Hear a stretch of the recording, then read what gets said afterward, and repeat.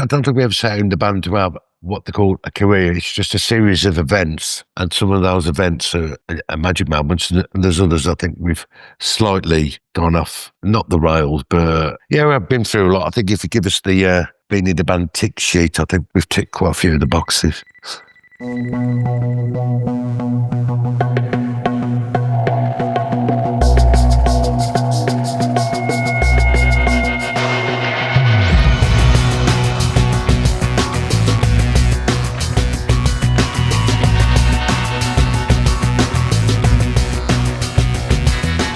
Hey everyone, Mark Millar here, and this is the Access Noize podcast. If you're new, welcome. If you've been around for a while, you'll know this is where I chat with the artists who shaped our lives, soundtracked entire eras, and the new voices carrying that spirit forward. Last week was a big one. I sat down with Manny from the Stone Roses and Primal Scream, proper legend stuff. And this week we're keeping it in that same golden thread of British rock. I've got Martin Blunt with me, founding member and bassist of the Charlatans. He's been there from Some Friendly through Tellin Stories to Modern Nature. Those bass lines have carried so many of our favourite moments. Their new record, We Are Love, feels like one of those albums that just radiates warmth. A reminder of why people start bands in the first place. Connection, energy and pure joy. We talk about all that, how the band's spirit has evolved, what keeps it alive, and what it still means to make music together after all these years. Stick around till the end for Martin's top 5 Charlatan songs and Quickfire album round. It's always a brilliant way to hear how these artists see their own story. So yeah, grab a cuppa, turn it up and enjoy this one. Martin Blunt, the Charlatans, right here on the Access Noize podcast. So hi Martin, welcome to the Access Noize podcast. Yeah, good afternoon. Good afternoon. The Charlatans are back. After 8 years between albums, We Are Love feels like a reawakening. What was the spark that finally brought you all back into the same room? Well, unfortunately, a few years ago, COVID came about and we were just about to do a 30th anniversary tour. So that got knocked back to the 32nd anniversary tour, which was really, really enjoyable. And it sort of spun out into going to the USA as well and Canada. And we got back and it sort of like reignited, getting together and actually writing as a unit instead of separately, which was the case probably up until Modern Nature, where we all got back in the room, which sort of reignited that as well. So we wanted a producer and a few names were mentioned, and it was actually a guy called Dev Hines from Blood Orange. We quite like a lot of the soundtrack stuff he'd done. And we went to Rockfield to record some demos. That was in the start of 2023. And then we got up and running with the tracks, and a lot came to the confess. Although there was only 11 on the album, which we feel fit together. I mean, we probably wrote twice as many, and sometimes we'd say, yeah, it's all right. And we just thought, all right, it's not good enough. So we didn't get too precious. So the recording process was quite quick, but Dev didn't realise he's quite a busy guy. He heard the stuff, he heard the songs and the ideas, and he really liked it. And he said, could you just hold on while I'm finishing off all the projects? If you still want me? And we said, yeah, okay, we'll hang around for 4 months. I must tell you, when you were doing the shows just after COVID, I was at the Belfast Limelight show. Right. And I got COVID there. Oh, lovely, yeah. It's one of those. In fact, say after 2 years, I'd never, fortunately, not had the virus, and then I actually went to see the Stranglers, and 24 hours later, I did come down with COVID in quite a way for about a week. It was just, yeah.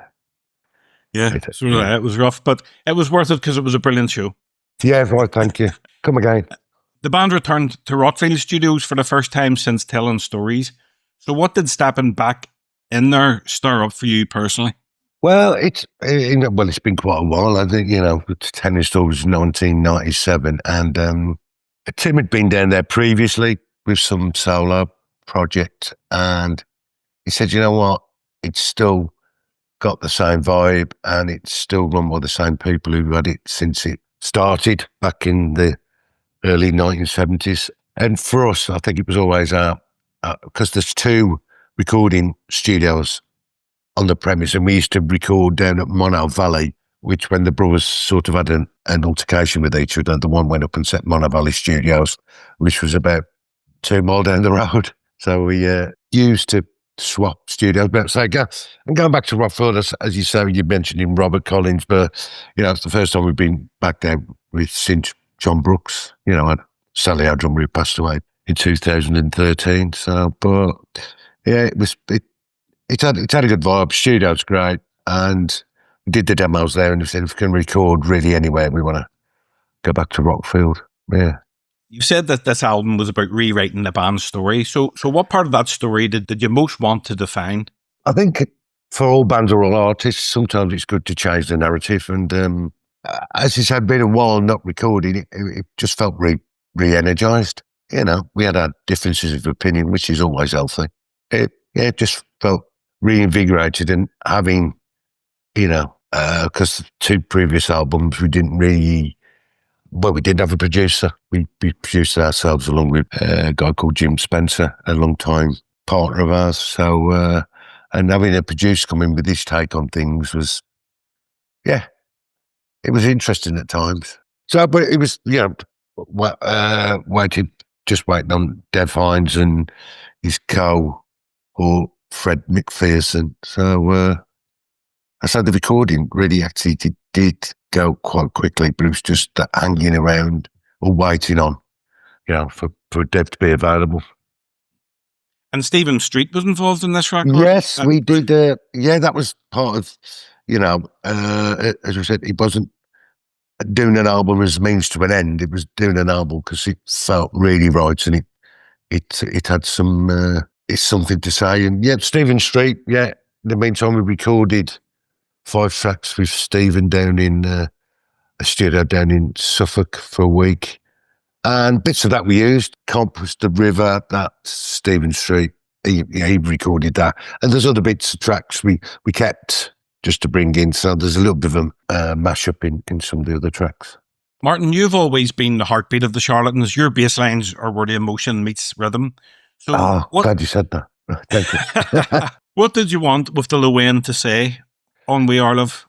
There's a lot bottom end, I must admit, on this. It's not all bass, but a few subs and that. But I mean, Mark and Tony have some very good ideas, and even Tim with bass lines, but they usually let me get on with it, so I'm quite happy with that.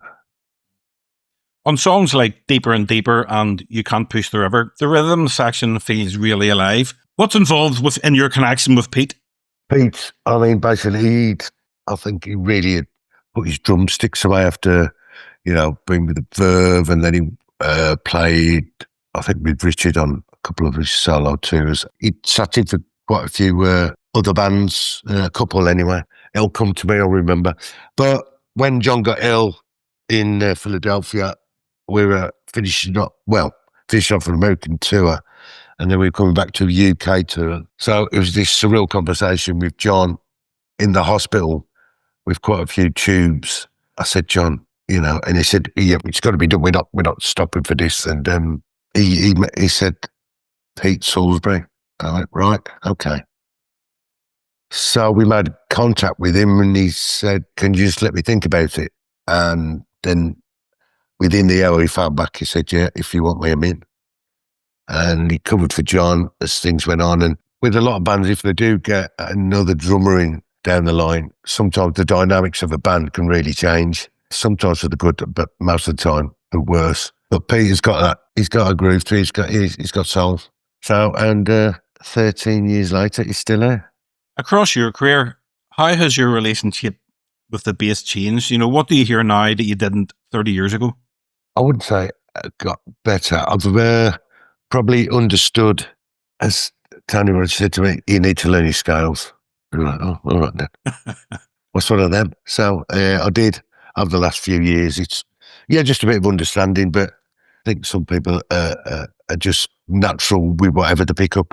Can start and finish with Pete at the same time, which is always a good thing to do. Well, let's talk about some of the tracks. As I said at the start, absolutely love the album. It's a fantastic album. It's great to have you back. Kingdom of Ours opens the album. I read that the first breakthrough came from Tony's frustration at Rockfield. When Kingdom of Ours appeared, did you instantly feel the spark return? Can you remember the moment where everyone heard it back and thought, right, that's the opening track? It was quite weird because I think that was about the fourth or fifth track we'd done. And then somebody went, you know what, this could really help start the album. I was like, oh, don't jinx it, please. But naturally, as things went on, it was like, yeah, it's the start. And I love the Well, It's a Line on the keyboards. And yeah, that was very much a Tony Rogers idea. And then he had the talking of ours, and then Tim incorporated it in with his lyrics. So I think it turned out really well. We Are Love, the title track, it feels like pure uplift, a love song to the human race. How did that groove and energy take shape in the room? It started off with all the chord structure, and then it was an idea, I think, with Steve and Street as a drop down. I think all good songs have a drop down. And then as time went going through the song, it just started to speed up quite a bit, and it felt right when we finally got to that. It's quite pulsating track. Good bass. Yeah. Well, yeah. Actually, good drums. Goes without saying. Talking about pulsating, I think my standout track on the album so far is Out on Our Own. There's a real void, part Birds, part Spacemen 3. How did the song evolve from fragments into that space rock journey? That space rock journey, right.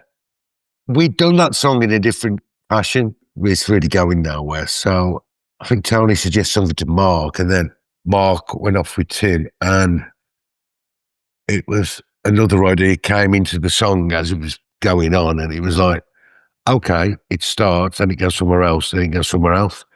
And so, yeah, that was, I think it was Mark and Tim basically shaped that song, Mac the Trap out anyway, and then it was like, right, there's a hydrosynth in the studio. So that came out with to put on the track, and yeah, it's a bit of a journey, that track. And so was the final track, Now Everything, the 7-minute finale. It feels euphoric and reflective. So how did that come together in the studio? And when you heard the final mix, did it feel like a real full circle moment for the band? I think it did. Originally, as I say, that was going to be shelved. And it was Tony again, suggested to us, why don't we slow it down and give it some air and, just a bit of swagger. So that as it came out, and then when we finished, we didn't realise it was 7 minutes long because it didn't feel like that, so, which is always a good sign. So, yeah, and that was the same there. When that track was done, it went, this could not be the end track. And I was like, no, don't say that, please. But it doesn't. So we got the bookends with Kingdom of Ours and Know Everything. So, yeah. Perfect. When you step back and hear We Are Love from front to back, what moment makes you proudest? Well, I've got my favourite tracks. I really like Deeper and Deeper. And that was a really good band composition. Can't Push the River and Know Everything, and still coming to terms with the editing, but I'm getting around to it with Appetite. Martin, love sits at the heart of this record. Not romantic love, but the bond between people who shared decades together.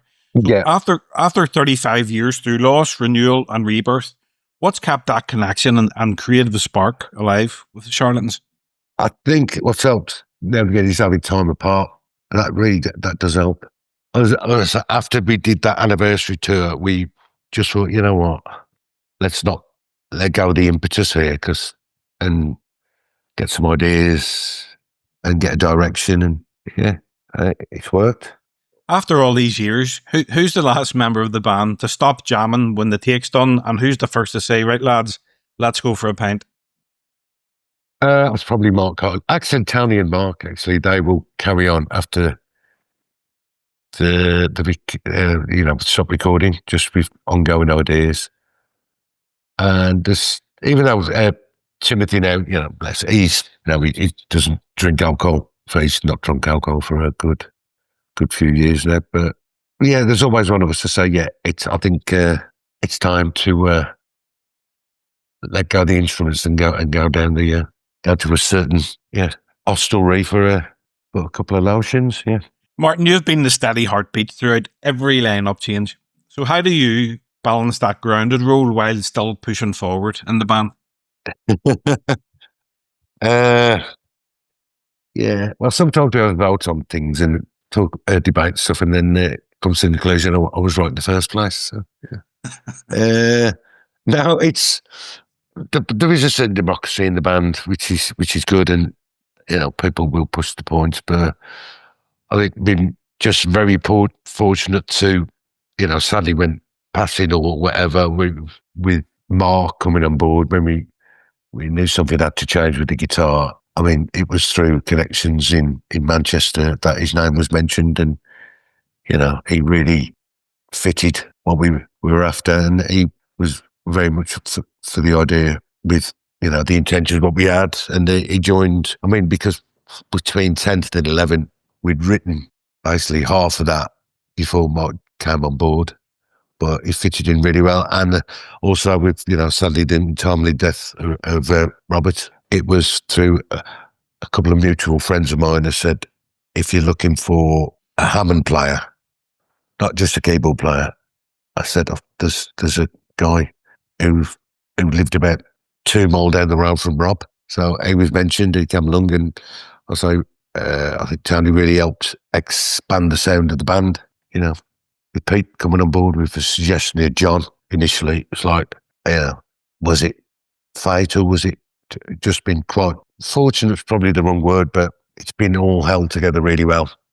And it's not gone off in a different trajectory where it's like, this is not us anymore, Yeah, it's great. You're still around. And you've been doing some festival shows this year and you're heading out on tour again in December. So how does it feel bringing these songs to life after such a long gap? At the moment, it's that old adage. Quite a lot of the songs actually sound better than the record, but that's always been our bit of a word. Yeah, it's just sounded really good. And yeah, we're looking forward to the few dates we've got in December. And then it's not announced yet. I don't know when, but there's other stuff in the new year coming. Yeah. When you look back, to the early days of the whole Manchester scene, and when you burst onto the scene, could you have ever imagined still being here, still making music that feels alive? Yeah, because I don't think we ever set in the band to have what they call a career. It's just a series of events. And some of those events are magic moments, and there's others I think we've slightly gone off, not the rails, but we've been through a lot. I think if you give us the being in the band tick sheet, I think we've ticked quite a few of the boxes. Big time. What more do you want? But no, it's and I say people like yourselves and other people who've been with us from the start, and there's other people who got into the Charlatans on when basically I think we were not a very the flavour of the month at all within the music media. And then we came back with the album The Charlatans by the Charlatans, and a lot of other people came on board who identified with that record. Same with Wonderland as well. So I'm glad the essence is still there, that it doesn't feel like nostalgia. If you could relive one musical moment from your career so far, what would it be? I think Charlatans by the Charlatans, and I think after that, actually getting Tellin Stories finished, because we actually did think at one point, this is basically probably the end. But I say with Tony coming on board and managing to get Martin Duffy from Scream when we got offered the Nebworth concert, well, the one day, because I know they did 2 days back in 96, because we'd virtually finished the album and then that happened. But Martin Duffy came on board and helped us fulfill some festivals, and because the album was beginning to roll dead on to get released in the new year in 97. So we, getting through that was good. And then doing the making of Us and Us Only, which was the first album we did at our studio, because it started up as a rehearsal room, big mushroom, and then a second-hand desk came on the up for sale around the northwest. So we got that in, and we said, you know what, let's why not record here, and so we did for the next on and off up until different days. Yeah, say the Charlatans, that was our like check your head by the Beastie Boys. It was like, sod everybody else, let's just do our own thing, and then finishing Tellin Stories, the making of us and a soundly, and then Wonderland, where basically recorded in LA, but there was bits we came back to. So we went from Norwich to LA. So and then came back to and did a few tracks basically here, but we brought stuff back we'd done with Danny Saber, who produced that album Wonderland, and I think that was a really good move forward. Yeah, it was the first time we heard Tim's falsetto. Yes, well, I think a lot of the stuff we were listening to at the time with Wonderland was a lot of Curtis Mayfield and a lot of Noize, the German band from the early 70s. So, there's quite a few, shall we say, influences on that record, yeah. Well, you've mentioned quite a few of the albums there, and this section is actually the Quickfire album section, where right. If I name an album, sort of you just tell me briefly, like what you just previously did, what comes into your head, and, okay. A special moment from that album. So we'll have to go right back. Obviously, my entry point into the Charlatans and everyone else's, Some Friendly. We signed to Beggars Banquet, Situation 2, well, one of their subsidiary labels. Felt really good. Indian Rap had come out. We were playing quite a lot, and then we found a recording studio called The Windings in North Wales. And I just remember being a really hectic, chaotic period of recording the album, because and I had a good one at the point. It was like getting there for 3 days, set back up, and then it's like, well, you got this TV show now, and it's like, okay, pack all the gear back, and then you've got 5 dates, because the single The Yellow and O had been recorded in Stockport at Strawberry Studios, which was sadly no longer there, which was that produced some really, really good music. So we recorded that at Strawberry Studios in Stockport, and then it was just, I just remember it was 4 or 5 days recording, then it was back out playing live shows. Yeah. That was with Chris Nagel, who's, worked on a lot of factory artists. That summer of 1990 was pretty amazing. Yeah. And you also followed that up quickly with the Horizon EP. Yes. Beggars wanted us to release another track off Some Friendly. And because us being us, we went, no, we want to run something new. So we released that Horizon EP, which was done down at Conch Studios in London in Crouch End, which is owned by the Brian Davis. I must ask you about Between 10th and 11th. I know it's not you guys' favourite album by the Charlatans, but it's mine. So I have to ask you. It was produced by Flood. It was a darker, more experimental chapter for the band. There was tension and transformation. When you think back, what do you remember about that album? Flood was very, very good with us. He'd just come off the back of recording Acton Baby by U2, and I did Depeche Mode's, the album he worked on around the same time. So he came in and worked really quick, and there were some really good moments on there. And I say, last year, the year before, we went with Ride, who were quite popular in certain parts of the US. And the album, on like a college underground, Between 10th and 11th, did really well in the US.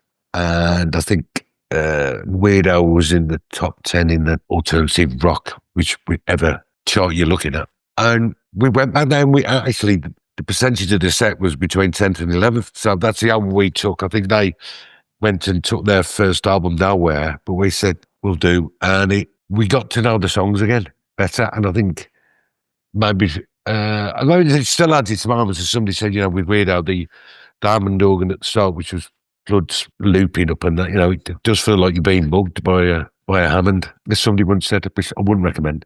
So there's that, and Tremolo's song, and Not in the Rain, Can't Even Be Bothered, Chewing Gum Weekend. And when we took it to America, twice. We went in the January of I should know this, January of 23 or a bit later. And we did Canada and North America. And when we got back, there was complaints, how come you never got past the north part of the US?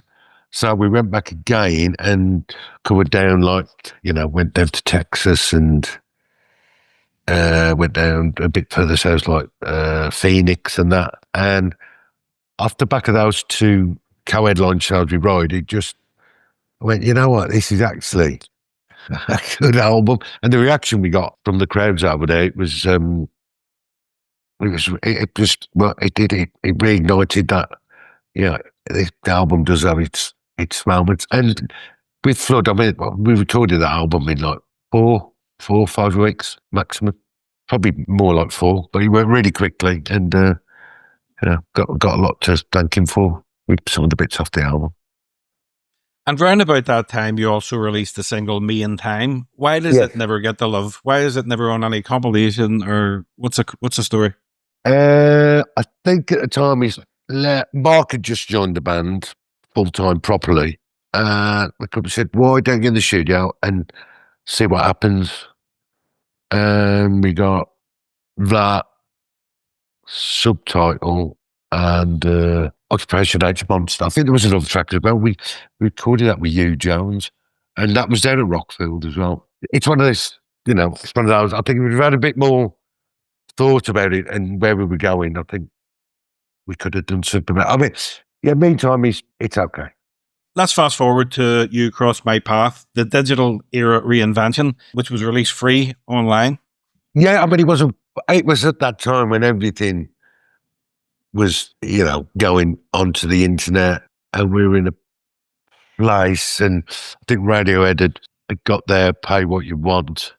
I mean, we did release it physically as well, and it did quite well on physical product, but it was one of those, well, what were you going to say? And it was like, well, it's there if you want it. It's not being forced on you, but it's there if you want to take it. A lot of people heard the album in that fashion, and then they went and bought it physically. But it's like that year that came out, I mean, the platforms you were getting your music from, I mean, changed considerably.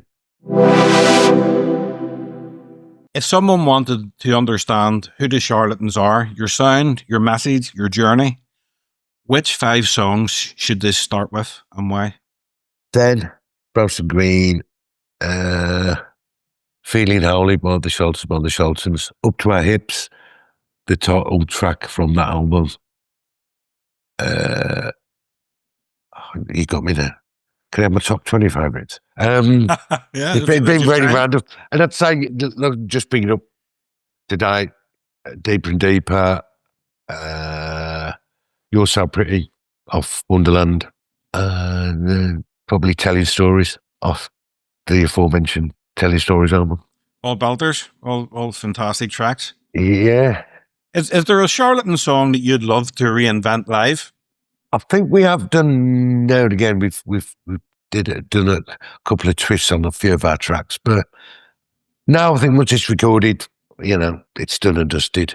And I think going back and trying to twist that up. At the time we had management, I remember with You're So Pretty, and roped in some of the band to say, this is a really good idea, just to speed it up and that, and it just, for me, just lost all its soul and all what the song was about. Up to a point, some people liked it, but I think there was quite a lot of, bands who related to us and that said it wasn't necessary. Well, that's me done. Martin, well, just finally, the album's coming out. Yeah, 31st of October. And what's been up the month, we've got several radio sessions coming up live. I think that's Virgin, Absolute, and Radio 2 in the next 2 weeks. And there's just been a lot of rediscovering the band again, which is good, and really, like yourself, quite enthused about the new tracks and the sound of the album, So, it's just a rediscovering, and a lot of people, still identify with the group, and, what they've heard with the first 2 tracks come out, with We're All Love and then Deeper and Deeper. it's all been very positive, and I say now we're just gearing up to get out there and play the songs, and along with some of the back catalogue as well. So do you see this as a new chapter for the band?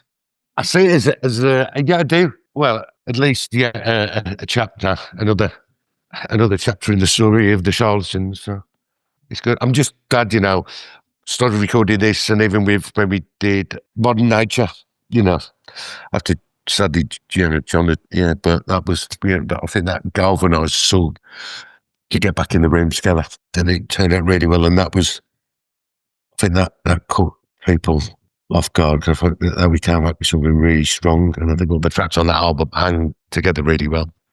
And we got to go to Italy for a photo shoot, so it's all right.